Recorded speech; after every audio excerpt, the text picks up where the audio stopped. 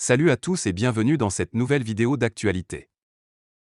Le gouvernement de transition s'est donné le lundi, 6 juin 2022 jusqu'à mars 2024 avant de rendre le pouvoir aux civils.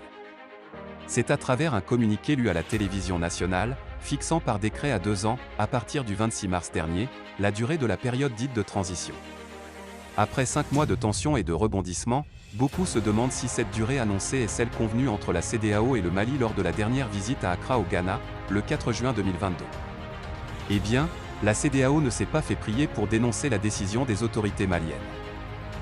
Le président de la transition, le colonel Assimi Goïta, a signé un décret en ce sens lu à la télévision nationale et stipulant que la durée de la transition est fixée à 24 mois à compter du 26 mars 2022. Cette annonce intervient au surlendemain d'un sommet de la Communauté économique des États de l'Afrique de l'Ouest, CEDEAO, qui a imposé le 9 janvier au Mali de sévères mesures de rétorsion commerciale et financière pour forcer les autorités à présenter un calendrier acceptable de retour des civils au pouvoir.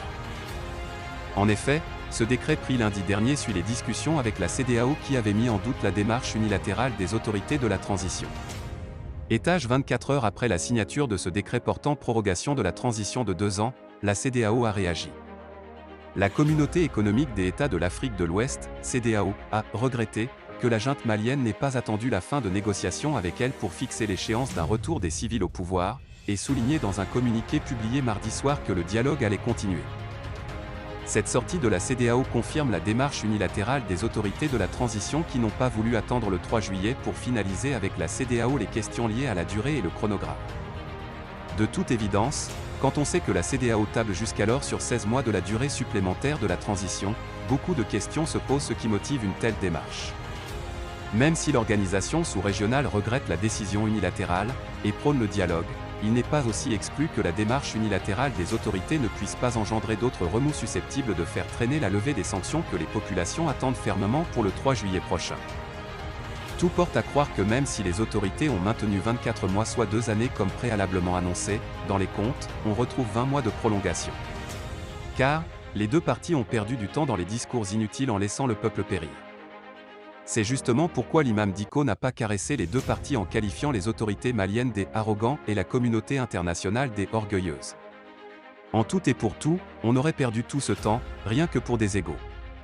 Ce décret des autorités, prouve-t-il que les chefs d'État avaient raison d'en douter de leur sincérité?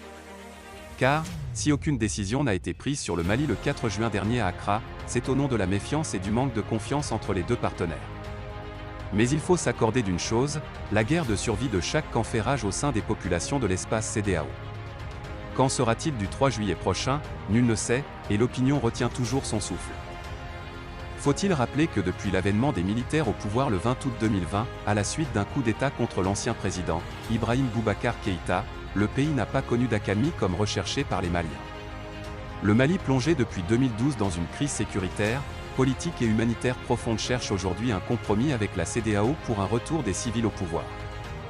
Engagés initialement à céder le pouvoir aux civils après des élections programmées en février dernier, les autorités n'ont pas pu tenir promesse, suscitant une tension avec la CEDEAO.